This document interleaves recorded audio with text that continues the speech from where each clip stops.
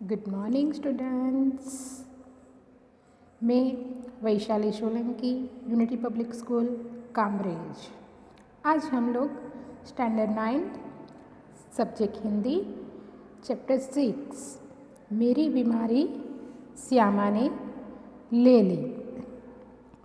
आप लोग को पता है, आप लोग जिसको बिग बी कहते हैं, अमिताभ बच्चन, उनके पिताजी हरिवंश राय बच्चन, उन्होंने ये आत्मकथा यहाँ पे दी हुई है।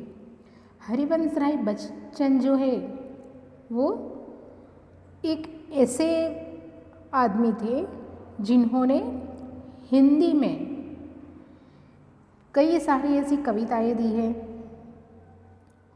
और उनको यहाँ पे पुरस्कार भी दिया गया है।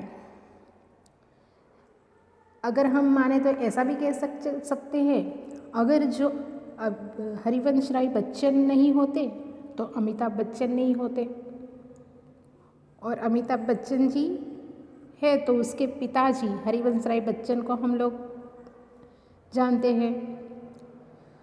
जो ये हरिवंश राय बच्चन है, उनका जन्म 27 नवंबर 1907 इलाहाबाद में हुआ था और उनका निधन 18 जनवरी 2003 मुंबई महाराष्ट्र में हुआ था। हिंदी भाषा के एक कवि और लेखक थे। बच्चन हिंदी कविता के उत्तर छायावत काल के प्रमुख कवियों में से एक है। उनकी सबसे प्रसिद्ध कृति मधुशाला है। भारतीय फिल्म उद्योग के प्रख्यात अभिनेता अमिताभ बच्चन उनके सुपुत्र हैं। हरिवंश राय बच्चन है वो व्यावसायिक रूप से कवि थे, लेखक और प्राध्यापक थे, और उन्होंने सबसे ज़्यादा हिंदी भाषा में ही लिखा हुआ है। उन्होंने अपनी उच्च शिक्षा इलाहाबाद विश्वविद्यालय, सेंट कैथरीन कॉलेज, कैम्ब्रिज से ली थी। उनको 1976 में पद्म भूषण अवार्ड से सम्मानित किया गया था। उनकी 2 पत्नियां थीं, एक थी श्यामा और एक दूसरी थी तेजी बच्चन, और उनके 2 पुत्र भी हैं, जिसको एक को तो हम पहचानते ही हैं, अमिताभ बच्चन और अजिताभ बच्चन। तो यहाँ पे जो प्रस्तुत आत्मकथा है उसके अंदर उनकी पहली पत्नी श्यामा, ऐसा भी कह सकते हैं कि अगर श्यामा ना होती तो हरिवंश राय बच्चन ना होते। तो यहाँ पे उन्होंने अपने खुद की आत्मकथा, जिस समय हरिवंश राय बच्चन जी बीमार पड़े उस समय उनकी पत्नी ने उनकी तन मन धन से कितनी सेवा की, और सेवा करते करते ही वो स्वयं बीमार हो गई और उसी बीमारी में श्यामा की मृत्यु हो गई। इसके संस्मरण में बच्चन जी ने ये आत्मकथा दी गई है। तो हम लोग अभी देखते हैं चैप्टर मेरी बीमारी श्यामा ने ले ली। हिंदी साहित्य में हरिवंश राय बच्चन का नाम उनकी एकमात्र कृति से ही अमर हो गया। हालांकि विपुल मात्रा में साहित्य सर्जन किया है। छायावादोत्तर काल के कवियों में बच्चन एक विशिष्ट सर्जक रहे हैं। इलाहाबाद विश्वविद्यालय के अंग्रेजी प्राध्यापक रूप में, तत्पश्चात दिल्ली में सरकारी सेवा, आकाशवाणी और 2 अन्य स्थलों पर आपने सेवाएं दी। भारत के एक विशिष्ट कवि के रूप में राष्ट्रपति जी ने उन्हें राज्यसभा का सदस्य मनोनीत किया था। प्रारंभिक नौकरी पायोनियर प्रेस में की थी। मधुशाला के कवि के रूप में बच्चन जी को इतनी शोहरत मिली कि उनकी मधुशाला का सभा सम्मेलन, कवि गोष्ठी आदि में होता था। लोग बड़ी संख्या में उमड़ते थे। कैम्ब्रिज यूनिवर्सिटी से जोहान पेटर्स नामक कवि के समग्र वाङ्मय पर आपने पीएचडी की है।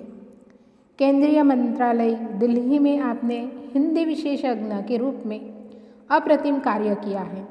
आपको कई पुरस्कार जैसे सोवियत लैंड पुरस्कार, साहित्य अकादमी पुरस्कार और पद्म विभूषण आदि प्राप्त हुए हैं। तीर पर कैसे रुकूं में आज लहरों का निमंत्रण।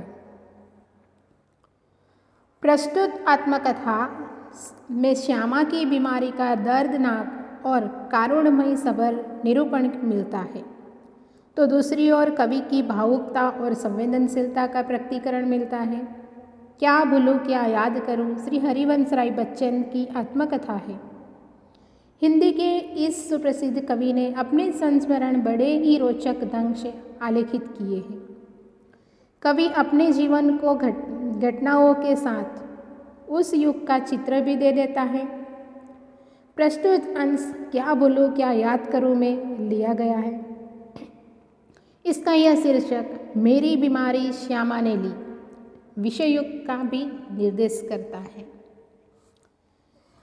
लेखक कहते हैं, अभी आगे हम देखेंगे चैप्टर में, तो कि मैं अपनी बीमारी को दुलराने वालों में न था। सच कहूँ तो मैं अपनी बीमारियों के प्रति प्राय निर्भर था।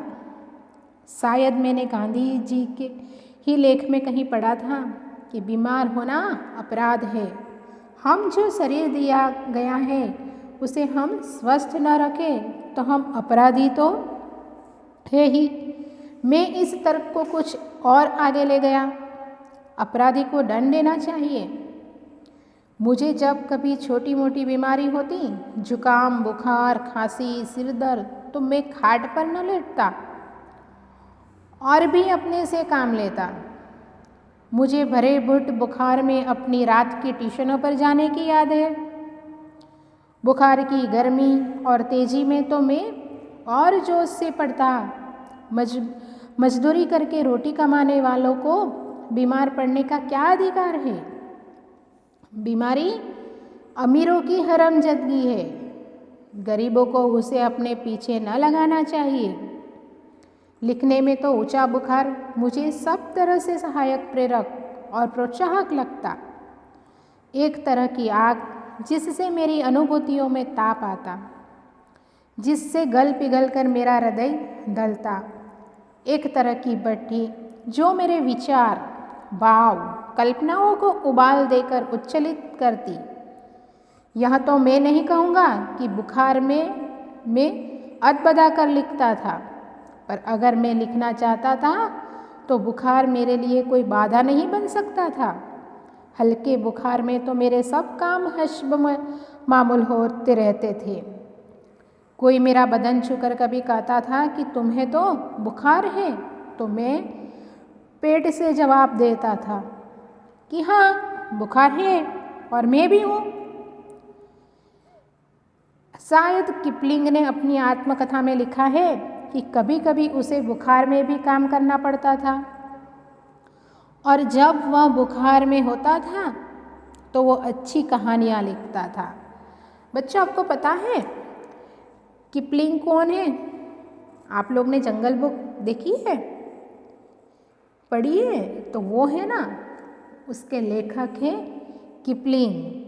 तो हमने जो ये फर्स्ट पैरा देखा उसमें आपने देखा कि लेखक क्या कहते हैं कि मैं जब भी बीमार होता हूँ, मेरी बीमारी होता है ना, दुलराने वाला, दुलराने जैसे लाल दुलार करने वाला, प्यार करने वाला नहीं हूँ मैं बीमारियों से डरने वाला नहीं हूँ। जब भी मुझे बुखार होता है ना तो मैं ज़्यादा काम करता हूँ। बुखार में मुझे अपनी रात की ट्यूशन याद है। और ये जो गरीबी जो बुखार है वो गरीबों के लिए नहीं है, वो तो अमीर लोगों के लिए है। हम गरीब लोगों के लिए वो तो अपराध है। इसीलिए वो बच्चन जी भी कहते हैं कि गांधी जी का जो कथन है उससे वो सहमत है कि बीमार होना एक अपराध है। जो भगवान ने हमें शरीर दिया है उसको हमें स्वस्थ रखना है। उसकी हमें देखभाल करनी है।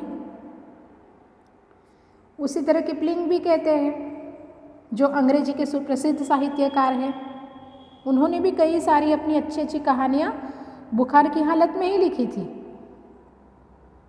तो यहाँ पे जो हरिवंश राय बच्चन हैं, वो हमें बताते हैं कि वो अपनी बीमारी में कैसे काम करते थे और वो बुखार होने के बावजूद भी अपने स्कूल में पढ़ाने जाते, ट्यूशन और लेखन कार्य करते थे। और लेखन कार्य तो उनका बुखार में ज़्यादा अच्छा होता था। तो आज हमने इतना एक पैरा देखा। नेक्स्ट हम हमारे नेक्स्ट वीडियो में देखेंगे। Thank you.